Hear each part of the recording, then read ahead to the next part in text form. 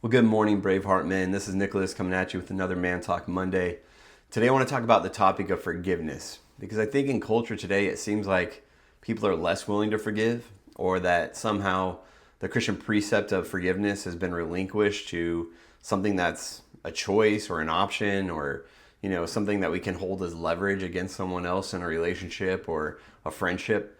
And in the process of what it looks like as men to be walking out in the wholeness of our lives, forgiveness might be one of the most absolutely crucial pieces that could be holding us back. Let me explain what I mean by that.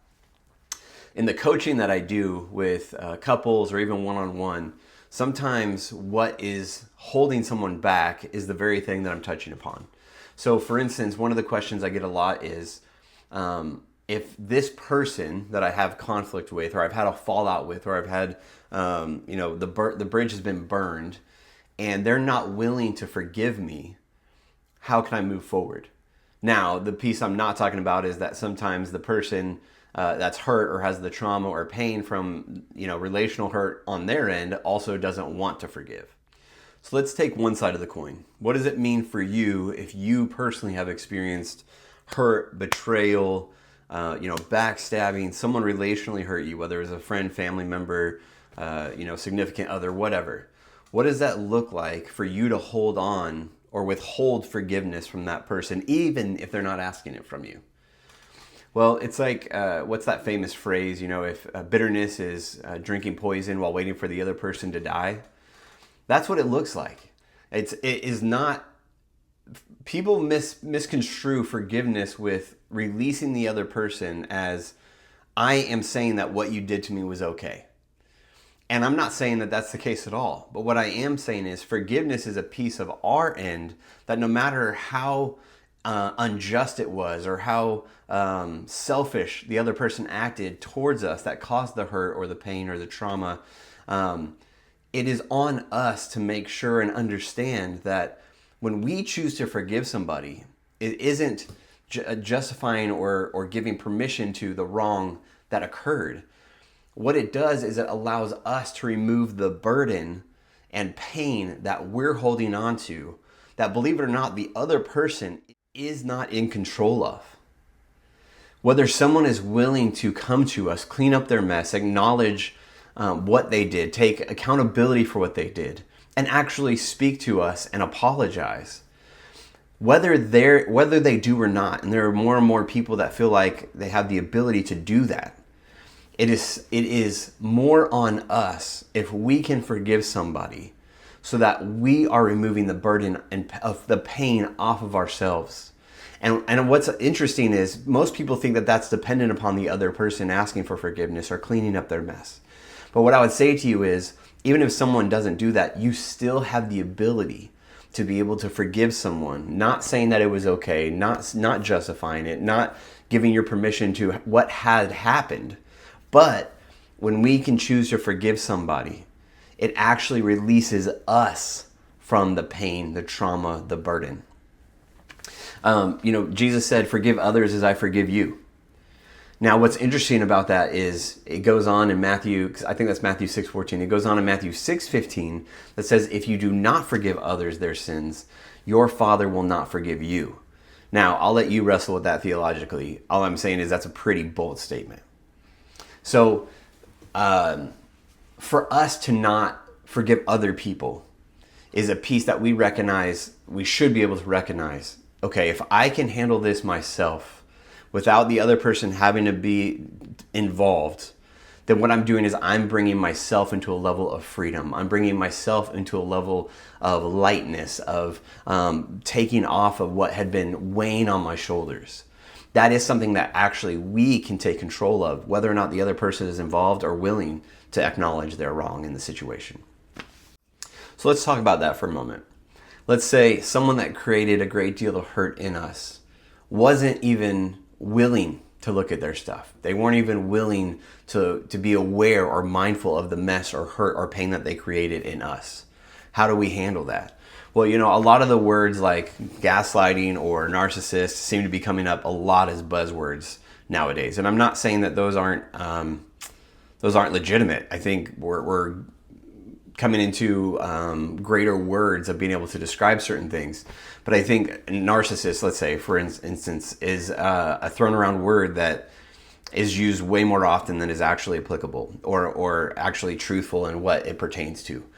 But by definition, a narcissist cannot apologize. They cannot own their own stuff or look at themselves in a sense of self-awareness to recognize how other people experience them or the hurt that they created.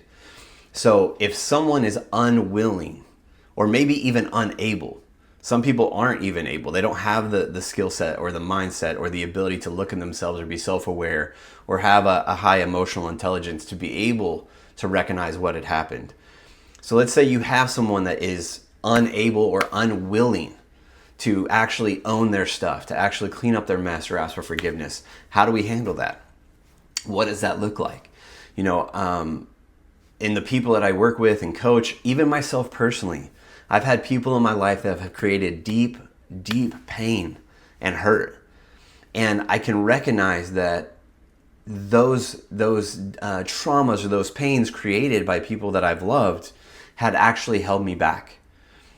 Like even actually manifested in like physical pain in my stomach, like have created issues in my life, whether relationally, whether emotionally, or even physically. And I knew that those people would not ask for forgiveness. They would not be able to own their stuff. Even though I'd tried multiple times to have those I call them come to Jesus conversations where I actually share my heart in transparency and say, hey, this is where you hurt me. This is, something that I remember back to years ago that has always kind of plagued me. And they were never willing to own their stuff. They were never willing to apologize. So a key that I came across that became so crucial and beneficial for me, for my life, to actually step into freedom when someone else wasn't willing to own the pain or the hurt that they created in me, is an exercise that my wife and I like to call clearing. And so what that looks like is when the other person, because here's the thing, there's a difference between forgiveness and redemption or reconciliation that's goes both ways, right? And so if we can actually step into a place that in our hearts we get to a place of restoration or reconciliation, even if it isn't reciprocal, then we can still step into a level of freedom that has maybe eluded us or that we've been held back from because we haven't gotten to this place of forgiveness with this person. So what I do in taking my clients through this is I will just have them, close their eyes, get into a really like receiving, relaxed space where they can focus in. Close their eyes and actually picture that person in front of them. And it literally, as you're with your eyes closed, picturing that person in front of you, being able and willing to say everything that you've needed and wanted to say, that your heart's voice needed to get out. So I did this with someone in my life that I could recognize my lack of forgiveness was holding me back. And so I pictured this person, and for an hour with my eyes closed, I got everything off of my chest, everything off of my heart. Here's how you made me feel. Here's how it showed up in my life, and literally on and off through tears, through anger, through pain, for an hour straight. With my eyes closed, I talked to this person and shared everything that my heart needed to say. But at the end of it, and here's the most crucial part of this exercise and this clearing exercise for this person, I had to get to the place where after everything I said was off of my chest, my heart said everything it needed to say, I finished this exercise by saying, I now release you of all of that. And I choose to forgive you and no longer hold it against you moving forward. And I can tell you, as simple or even as silly as that might seem, I got so much freedom and was released from things that I felt like had been holding me back because that person is not in control of my life. That person is not in control of the peace of the freedom that I step into. And so if I can own and recognize I'm in control of that, no matter how they respond or, getting to the point that they never responded or apologized, I can now step into a level of freedom that I've been hoping to all along. And so I want to give that exercise to you guys. I really challenge you, if you can recognize those relationships that have created deep pain or hurt in your life, and may even be subconsciously holding you back, this is a way that you can step past that so that it's no longer keeping you bound.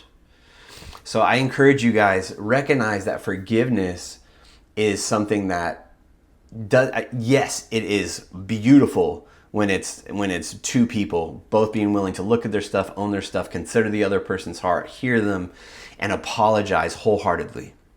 But often, more often than not, we're seeing that happen more and more where someone isn't willing to see the mess or isn't willing to consider the other person's heart or own their stuff, own their mess.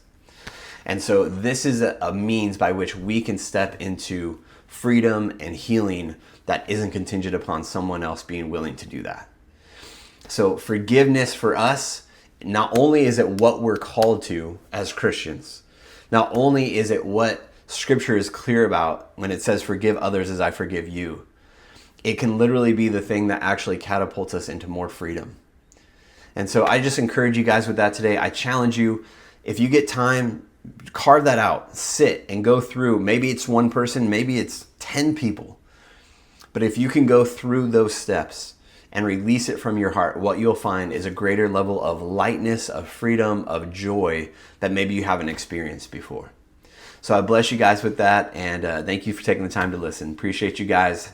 Have a happy Man Talk Monday.